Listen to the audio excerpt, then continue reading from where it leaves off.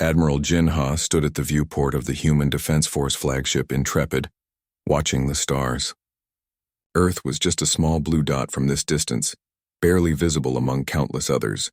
15 years of war had changed him. His once black hair now showed streaks of gray and deep lines marked his face, but his eyes remained sharp, missing nothing. "Admiral, urgent transmission from Galactic Confederation headquarters," announced the communications officer. Jinha turned away from the stars. "Put it through to my ready room." Inside his private office, Jinha activated the holographic display. The blue light filled the room as the message appeared, formal diplomatic text with the Confederation seal. He read it twice, then a third time, a peace offer, after 15 years of bloody conflict that had cost billions of lives across 27 star systems. Jinha pressed a button on his desk. "Commander Rex and Diplomatic Officer Haran to my ready room immediately." They arrived within minutes, Rex tall and solid with a soldier's watchful eyes, Haran composed and elegant in her diplomatic uniform. "The Confederation wants peace," Jinha said without preamble, gesturing to the floating message. Commander Rex's face hardened. "After they attacked our colonies without warning? After they called us primitive apes unworthy of space travel? People change their minds when they start losing," Jinha replied. The war had turned in humanity's favor in the last 3 years. Human adaptability had proven superior to the Confederation's advanced technology. Haran stepped closer to read the message. "They're inviting us to Nexus Station for treaty negotiations." Her eyes narrowed. "They specify that all delegates must come unarmed as a show of good faith." "Unarmed?" Rex laughed without humor. "It's a trap." Jinha nodded slowly. "Of course it's a trap." "Then we refuse," Rex said. "No." Jinha's voice was firm. "We accept." Haran and Rex exchanged surprised glances. "Sir," Haran began carefully, "if we know it's a trap, sometimes the best way to deal with a trap is to walk into it with your eyes open," Jinha said.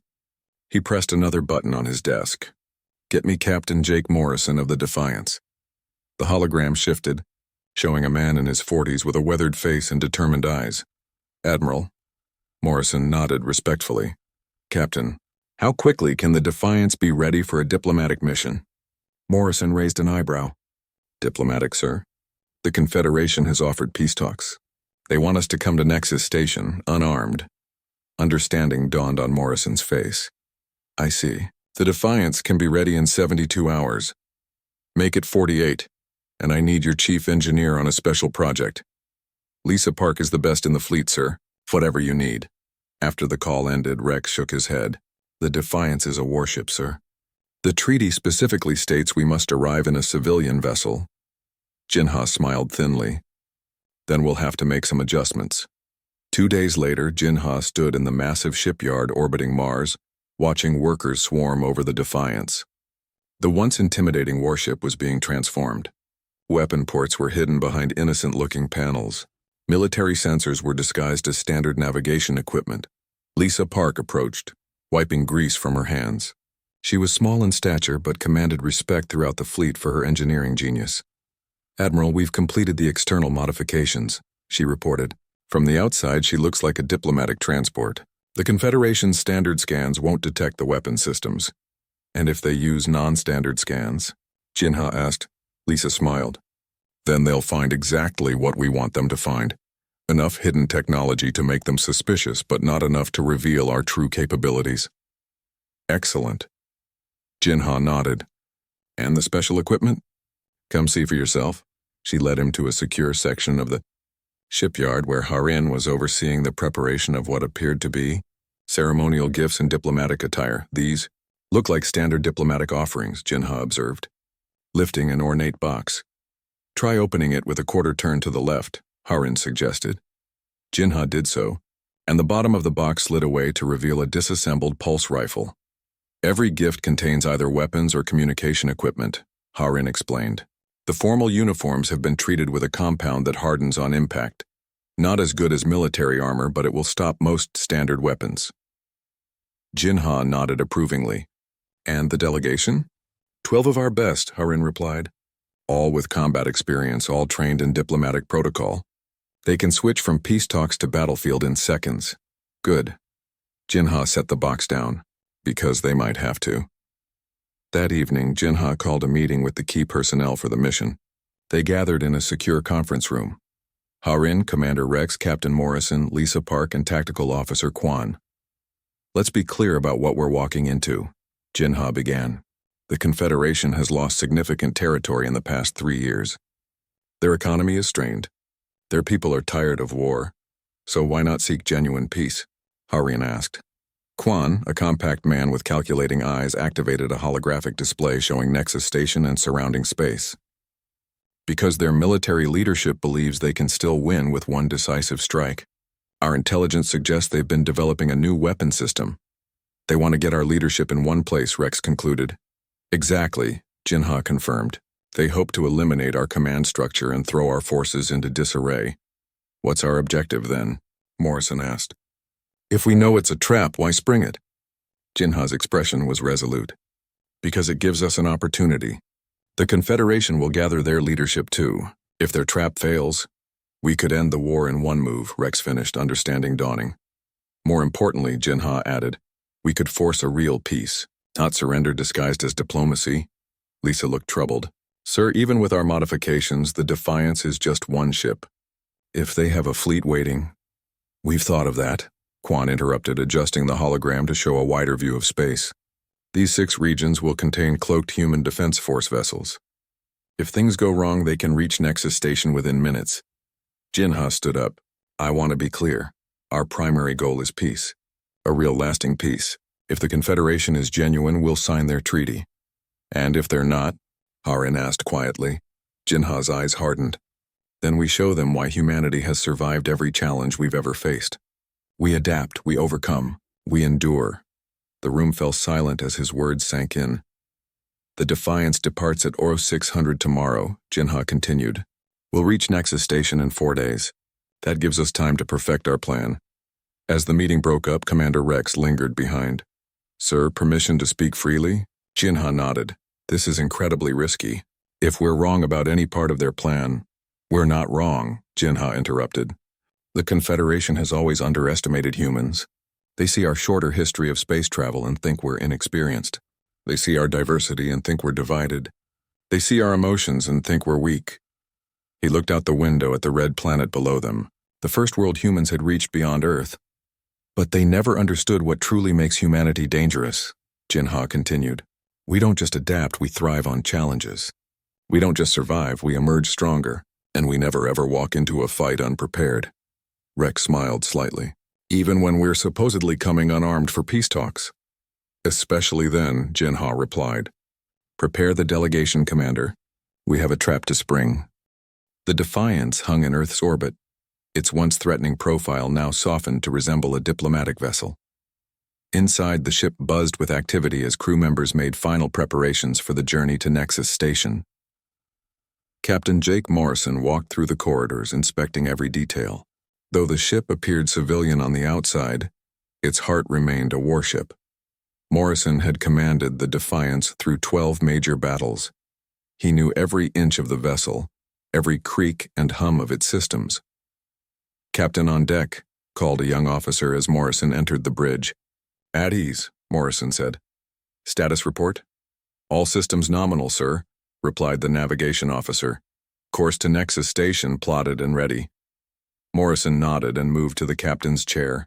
The bridge looked different now. Gone were the obvious weapon control stations replaced by diplomatic communication systems.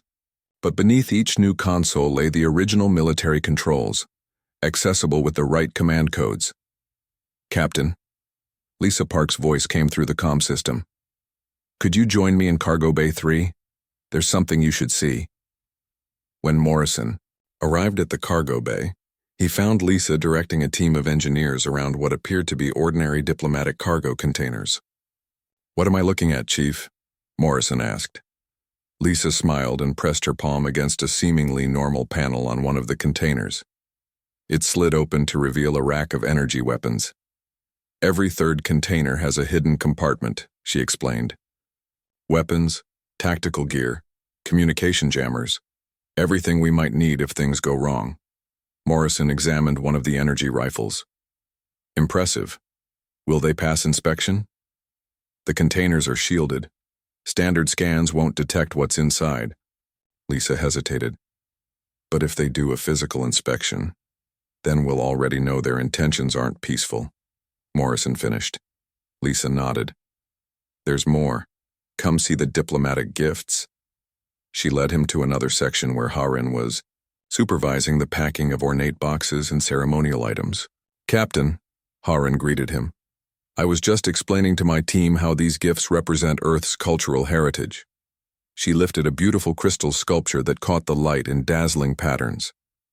This piece symbolizes human artistic achievement, she said loudly for the benefit of others nearby. Then lowering her voice, she added, and it contains a signal disruptor that can knock out communications within 50 meters. Morrison raised an eyebrow. Resourceful. Each delegate will carry items that serve dual purposes. Harin continued quietly. The ceremonial robes have hidden pockets. The formal jewelry contains emergency beacons. Even the treaty documents are printed on a special paper that can be used as a weapon in desperate circumstances. Paper as a weapon? Morrison asked skeptically. Harin demonstrated by tearing off a small corner of a test document. She folded it in a specific pattern, then flicked it toward a target on the wall. The paper sliced through the target like a razor. Impressive, Morrison admitted. Admiral Jinha believes in being prepared, Harin said simply. In the ship's training room, Commander Rex put the delegation through final drills. 12 men and women moved in perfect coordination, practicing how to transition from diplomatic postures to combat stances in seconds. Again, Rex ordered.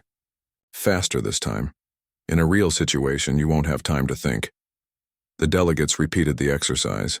They started in formal diplomatic positions, then, at Rex's signal, smoothly reached for hidden weapons while moving into defensive formations.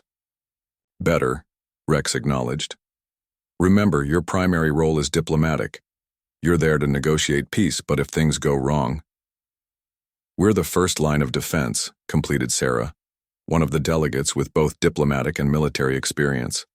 Exactly, Rex nodded. The Confederation delegates will outnumber us. They'll have home field advantage. Our only edge is that they don't expect us to be armed. Tactical Officer Quan entered the training room carrying a holographic projector. Commander, I have the latest intelligence on Nexus Station. Rex gathered the delegates around as Quan activated the device. A detailed 3D map of Nexus Station appeared in the air. The treaty signing will take place here, in the central chamber, Quan explained, highlighting a large circular room.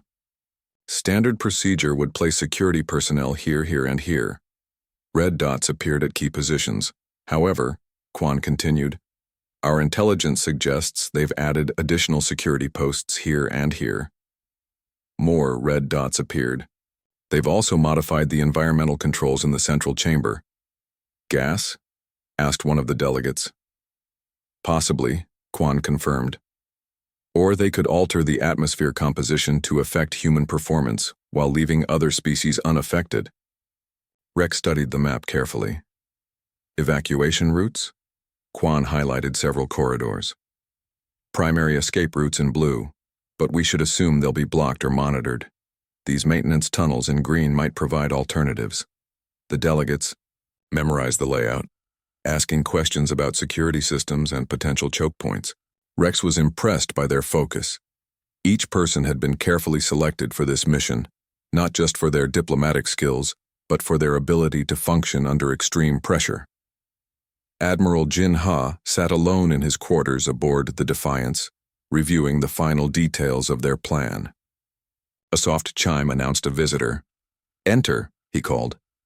Harin stepped inside carrying a formal uniform. Your diplomatic attire, Admiral. Jinha examined the uniform.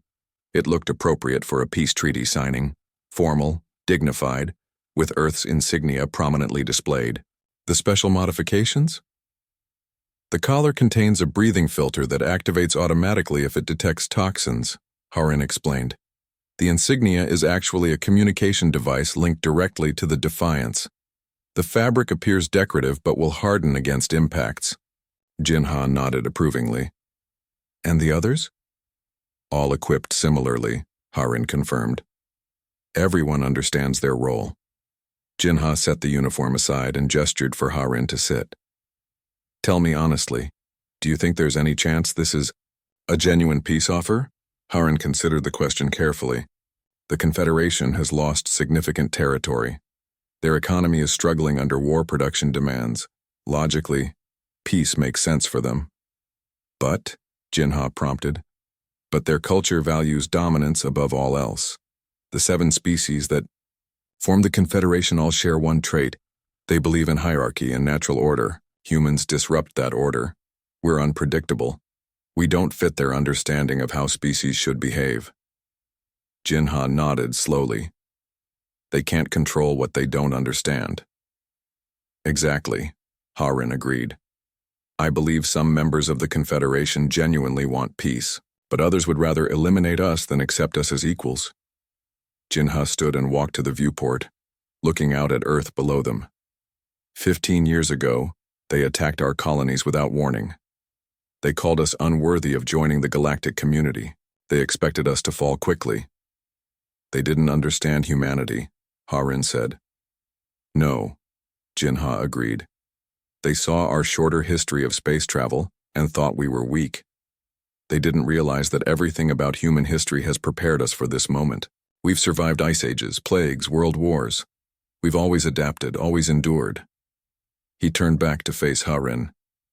We'll go to their peace conference. We'll listen to their terms. And if they're sincere, we'll sign their treaty. And if they're not? Harin asked quietly. Jinha's expression hardened. Then they'll learn what humans do when cornered. We don't just fight, we change the rules of engagement. We don't just survive, we find a way to win. The ship's intercom activated. Admiral, came Captain Morrison's voice, all preparations are complete. We're ready to depart. Jinha exchanged a look with Harin. Very well, Captain. Take us to Nexus Station. Let's see what kind of peace the Confederation has in mind. As the Defiance broke orbit and accelerated toward the stars, Jinha felt a strange calm settle over him. Humanity had been fighting for its place in the galaxy for 15 years. One way or another, this mission would determine their future. Whether through diplomacy or combat, humanity would show the galaxy exactly what they were made of. The journey to Nexus Station took 4 days. The Defiance traveled through 3 jump points, each transition bringing them closer to Confederation space. For the crew, these days were filled with final preparations and tense waiting.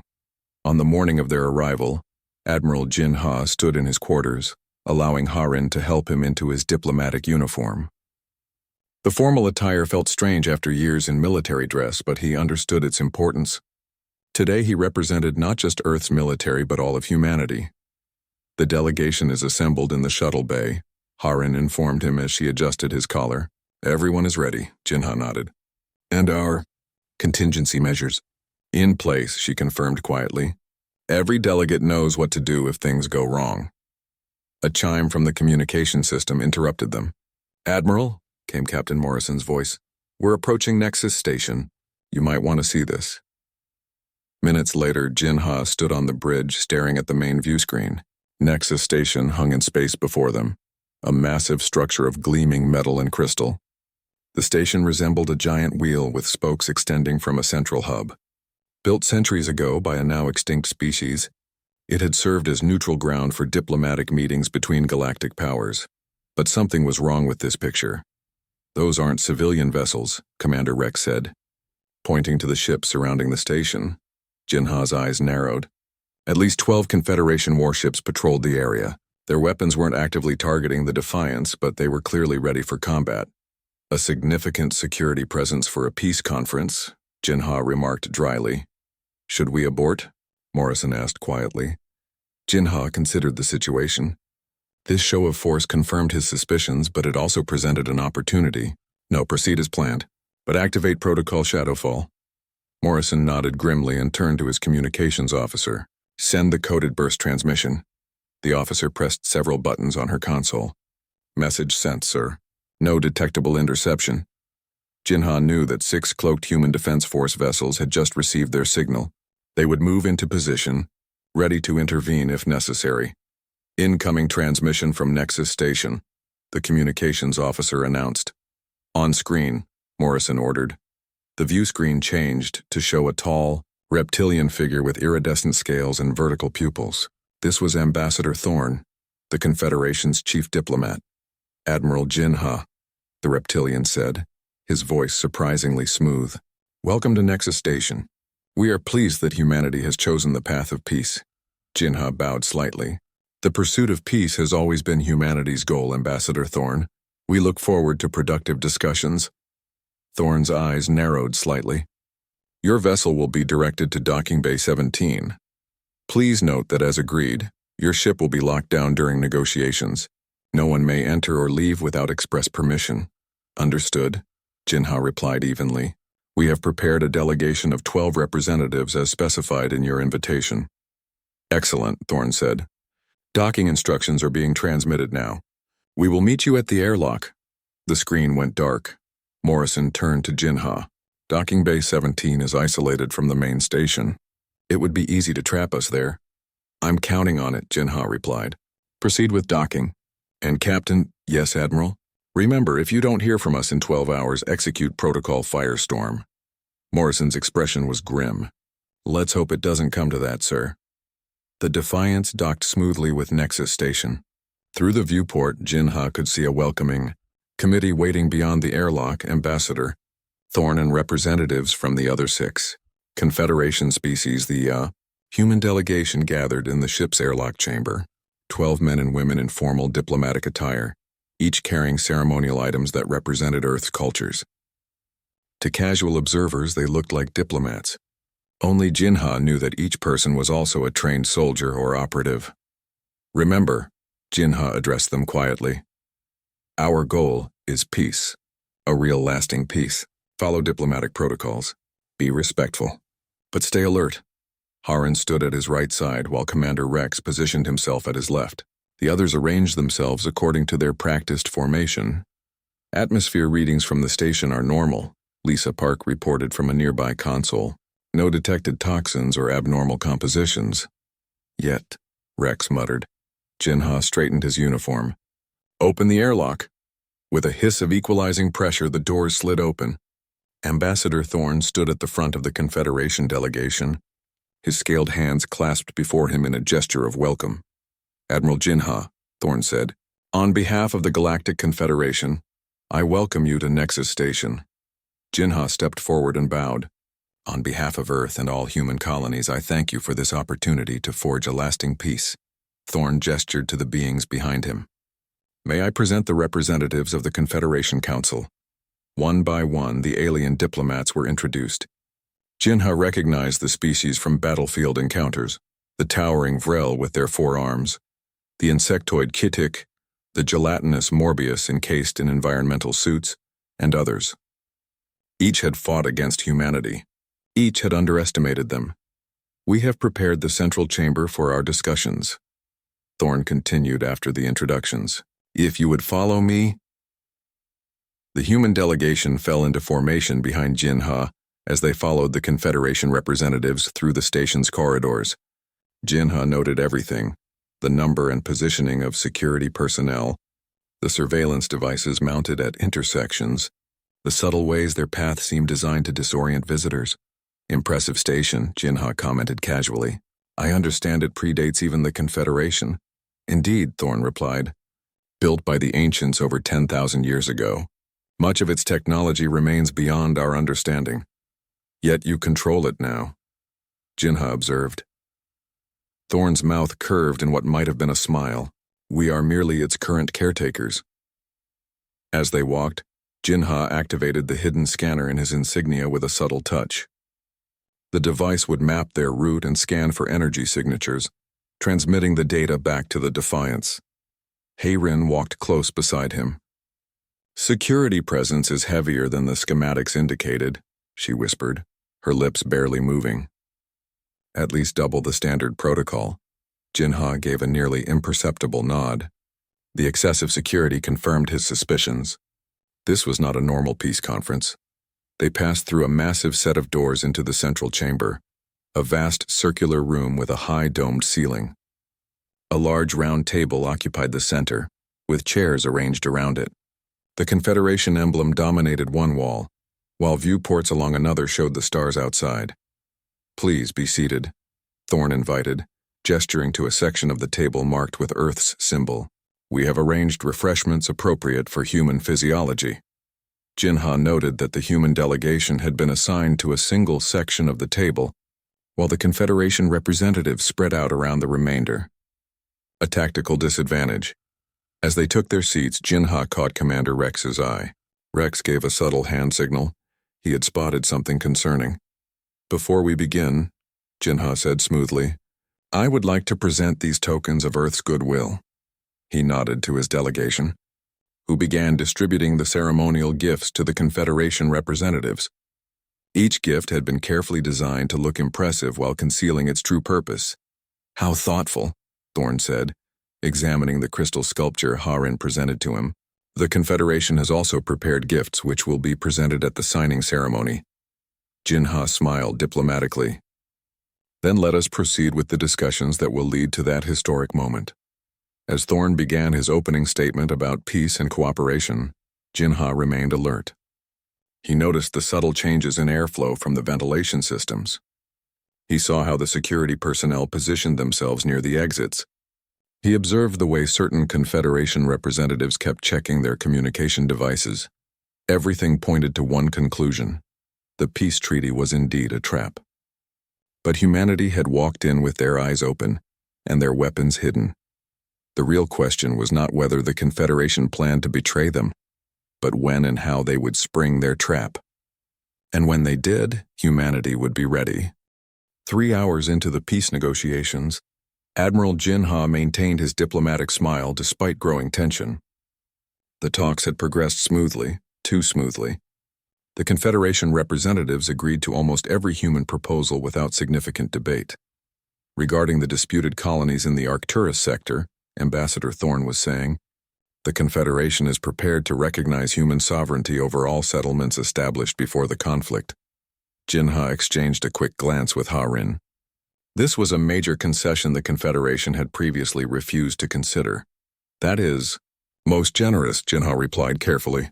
"Earth appreciates this spirit of compromise." Thorne's reptilian features formed what passed for a smile. "We are all eager to put this unfortunate conflict behind us. Perhaps we should take a short recess before discussing the final terms." "An excellent suggestion," Jinha agreed. As the Confederation representatives moved to a refreshment area at one side of the chamber, the human delegation gathered in a tight circle. "They're giving us everything we asked for," Harin whispered. "Something isn't right?" Commander Rex nodded. "I've been watching their security. They've been rotating personnel every 30 minutes. More are gathering outside the main doors." Jinha had noticed this too, and the environmental controls have been adjusted 3 times in the last hour. "My collar sensor detected trace amounts of an unknown compound in the air," one of the delegates added quietly. "Not enough to affect us yet, but the concentration is slowly increasing." Jinha made a quick decision. "Harin, request access to communication facilities. Say you need to update Earth on our progress." "Rex, have 2 delegates complain of feeling unwell. Request access to medical facilities." "Testing their restrictions?" Rex asked. Jinha nodded. "And buying us time. I need to send a message to the Defiance." As the delegation dispersed to carry out their tasks, Jinha casually moved toward one of the viewports. He pretended to admire the view while activating the communication device hidden in his insignia. "Morrison," he said quietly. "Status report." The captain's voice came through clearly, but at a volume only Jinha could hear. "Station security has doubled around our docking bay. They've been scanning the ship repeatedly. So far, our countermeasures are holding, but they're getting suspicious. Any movement from the Confederation fleet? 2 more warships arrived 20 minutes ago. They're taking up tactical positions." Jinha's suspicions were confirmed. "Initiate watchful eye protocol. Be ready for emergency extraction." "Understood, Admiral." Morrison out. Jinha turned back to the chamber just as Harin approached Ambassador Thorne. He watched their interaction carefully. "I'm afraid that won't be possible," Thorne was saying to Harin. "The communication systems are currently undergoing maintenance. Perhaps after the signing ceremony. Harin bowed respectfully. Of course, Ambassador. I understand. Across the room, Rex was having a similar conversation with a Confederation security officer. Two human delegates had requested medical assistance, only to be told that they would need to wait. Jinha noted that the exits from the central chamber were now more heavily guarded than before. The trap was closing around them. He rejoined his delegation as the negotiations resumed. For the next hour, he continued the diplomatic dance, discussing trade agreements and non-aggression pacts while watching the Confederation's security measures tighten. Finally, Ambassador Thorne rose from his seat. I believe we have covered all the necessary points. The treaty documents have been prepared according to our discussions. He gestured, and assistants brought forward ornate folders containing the peace treaty. Before we proceed to the signing, Thorne continued, perhaps Admiral Jinha would like to say a few words to mark this historic occasion. Jinha stood, feeling the weight of the moment. He knew what was coming, but he needed to play his part until the end. 15 years ago, he began, our species met in conflict rather than cooperation. Today, we have the opportunity to correct that mistake. Humanity has always sought peaceful coexistence with other intelligent life. This treaty represents not just an end to hostilities, but the beginning of a new relationship based on mutual respect. As he spoke, Jinha noticed subtle movements around the chamber. Security personnel were shifting positions, moving closer to the human delegation. The air circulation system hummed more loudly. The path to peace is never easy, Jinha continued, watching as Thorne checked a small device on his wrist. It requires trust, which must be earned through actions, not just words. Thorne's vertical pupils narrowed slightly. Was that suspicion in those alien eyes? Jinha concluded his speech. Humanity looks forward to a new era of cooperation with the Galactic Confederation. Together we can build a future that benefits all our peoples. Polite applause followed. Thorne stepped forward with the treaty documents. If you would do us the honor, Admiral. Jinha moved toward the signing table. Harin followed with Earth's official seal. The moment was tense. If the Confederation planned to strike, it would likely be during or immediately after the signing. Jinha accepted the ornate pen offered by Thorne. He bent over the document, pretending to read the final terms while actually scanning for hidden triggers or traps. That's when he saw it, a small phrase buried in the technical language of the treaty. Immediate surrender of all human military vessels and technology upon ratification. This wasn't a peace treaty. It was a surrender document. Jinha straightened, pen still in hand. Ambassador Thorne, there seems to be a discrepancy in the text. This clause regarding military assets was not part of our discussion. Thorne's expression didn't change, but something cold entered his eyes. A minor administrative detail, Admiral. Nothing that should delay our historic agreement. On the contrary, Jinha replied calmly, it changes the entire nature of the treaty. This isn't a peace agreement between equals. It's a demand for surrender. The atmosphere in the room shifted instantly. The Confederation representatives tensed. Security personnel moved their hands to their weapons. Perhaps, Thorne said slowly, we should discuss this matter privately. The rest of the delegation could wait in the adjoining chamber. Jinha noticed the subtle signal Thorne gave to his security team. I think we're better off staying together, Ambassador. Thorne dropped all pretense of diplomacy. That wasn't a request, Admiral. Your delegation will be escorted to a secure location while we clarify these misunderstandings. Security officers moved forward, weapons now drawn. The human delegation stood their ground, forming a protective circle around Jinha. I'm afraid we can't comply with that request, Jinha said evenly. We came here for peace, not detention. Thorne's patience visibly ended. You came here because we allowed it. Did you really think we would treat humanity as equals? Your species is barely out of its planetary cradle. You should be grateful we offered you any terms at all. And yet, Jinha replied, we've managed to fight you to a standstill for 15 years. Thorne hissed in anger. A situation we are about to correct. Security, detain the humans. If they resist, lethal force is authorized. The Confederation security team advanced, weapons raised. The human delegation stood firm, hands moving subtly toward their hidden weapons. Jinha gave Thorne one last chance. It's not too late for real peace, Ambassador. Peace will come, Thorne replied coldly, when humanity learns its proper place in the galactic order. Jinha sighed. I was afraid you'd say that. He pressed his insignia firmly, activating the emergency signal. "Now, Commander Rex." In one fluid motion, Rex pulled a ceremonial medallion from his uniform and threw it to the center of the room. It exploded in a blinding flash of light. The trap had sprung, but not as the Confederation had planned. As chaos erupted in the central chamber, the human delegation moved with practiced precision. Their ceremonial gifts transformed into weapons. Their formal attire hardened into armor, and Admiral Jinha, who had come seeking peace, prepared to fight for humanity's future. The blinding flash from Commander Rex's device lasted only seconds, but it gave the human delegation the advantage they needed. While the Confederation representatives and security personnel were temporarily blinded, the humans moved with practiced efficiency. Jinha tore away the decorative elements of his uniform, revealing the combat gear beneath. Around him, the other delegates did the same. Harin pulled 2 small pistols from hidden compartments in her diplomatic case. Rex had already assembled a compact rifle from parts concealed in his ceremonial staff. "Secure the exits," Jinha ordered as he activated his communication device. "Morrison, execute Firestorm now." Across the chamber, Ambassador Thorne was shouting orders to his security team. "Kill them. Don't let them escape." The first shots came from Confederation weapons, energy blasts that scorched the walls where humans had stood moments before. But the human delegation had already taken cover behind overturned furniture and structural columns. "Hold positions," Jinha commanded. "Defensive fire only. We're not here to start a massacre."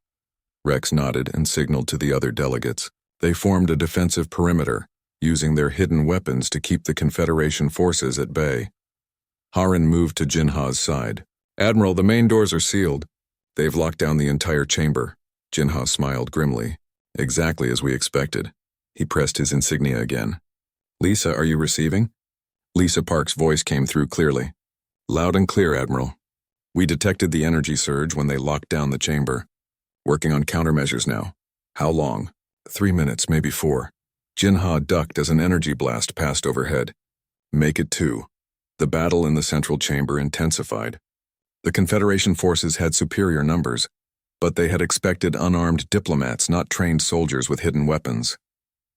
The human delegation used their environment effectively, creating choke points and crossfire zones that neutralized the enemy's numerical advantage.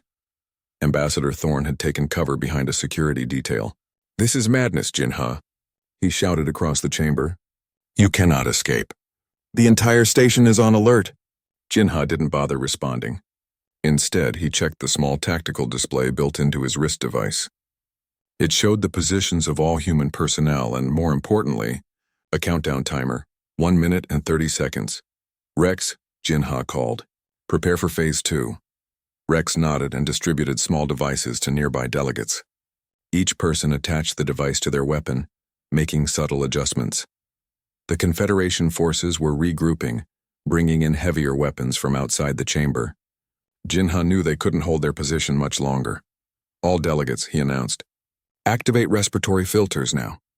Everyone in the human delegation touched their collars, activating the hidden breathing systems that would protect them from what came next. 1 minute. Harin moved from position to position, distributing additional ammunition and checking on injured delegates. 2 had suffered minor wounds, but everyone was still combat effective. "They're preparing to rush our position," she reported to Jinha. "At least 30 security personnel at the main entrance." Jinha checked his tactical display again. "They won't get the chance." 30 seconds.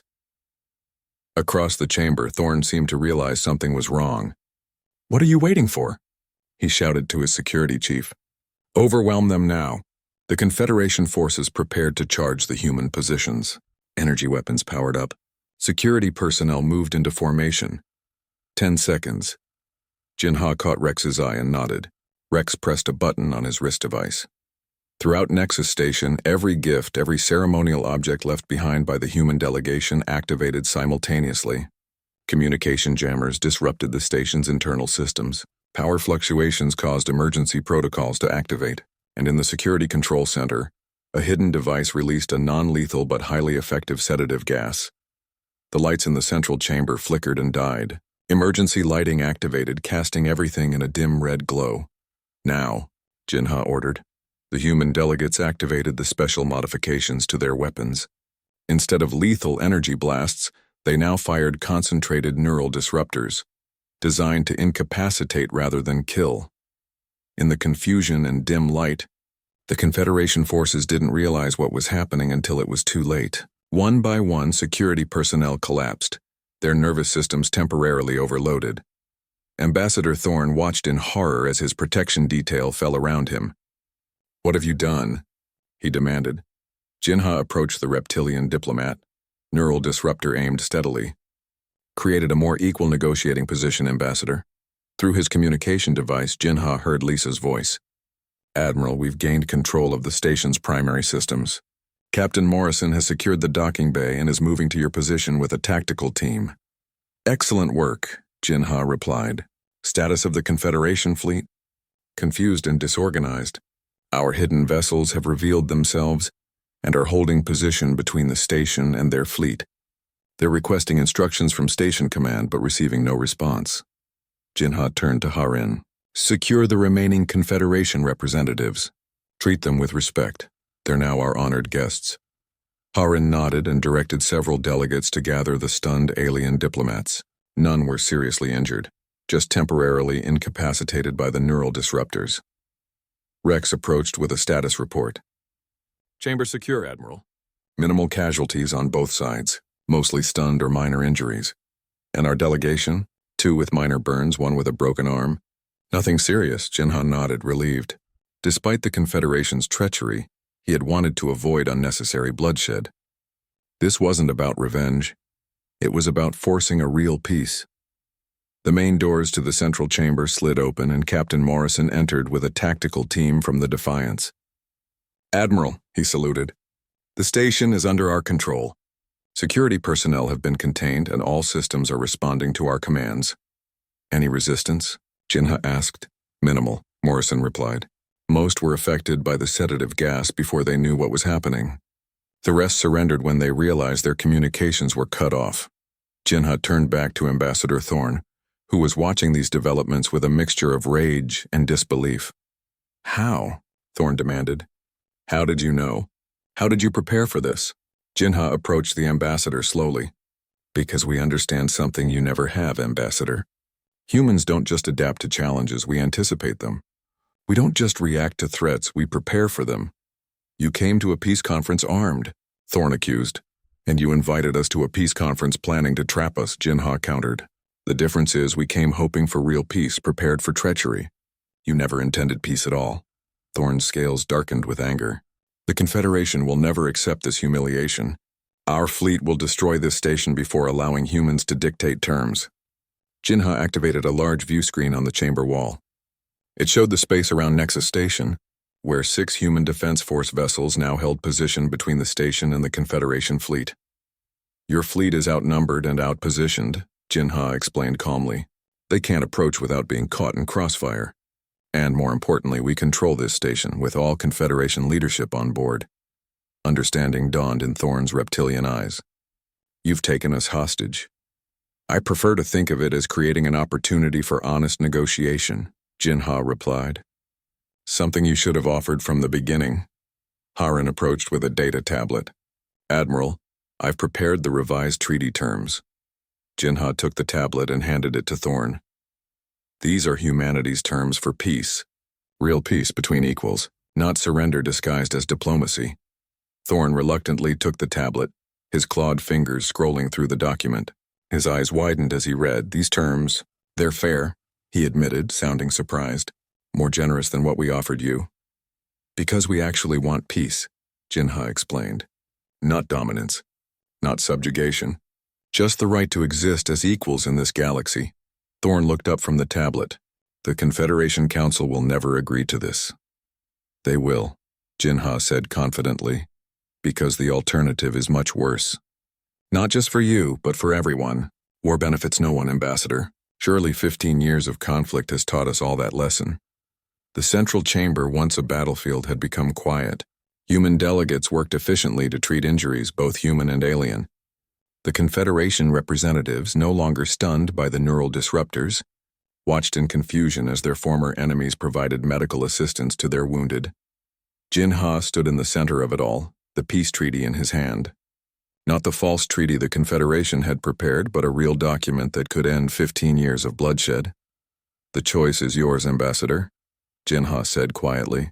"Continue a war you cannot win, or embrace a peace that benefits us all." Thorne looked around the chamber at his defeated security forces, at the human delegation that had outmaneuvered them completely. Finally, he extended his hand in the human gesture he had learned during the negotiations. "Perhaps," the reptilian diplomat said slowly, "we have underestimated humanity for the last time." Jin-Ha took the offered hand. "That, Ambassador, is the beginning of wisdom." Outside the viewports of Nexus Station, human and Confederation ships held their positions, weapons ready but not firing. The galaxy held its breath, waiting to see if this day would bring more war or a new peace. And in that moment, humanity's place among the stars was finally, irrevocably secured, not through surrender, not through dominance, but through the uniquely human combination of preparation, determination, and the willingness to hope for peace while being ready for war.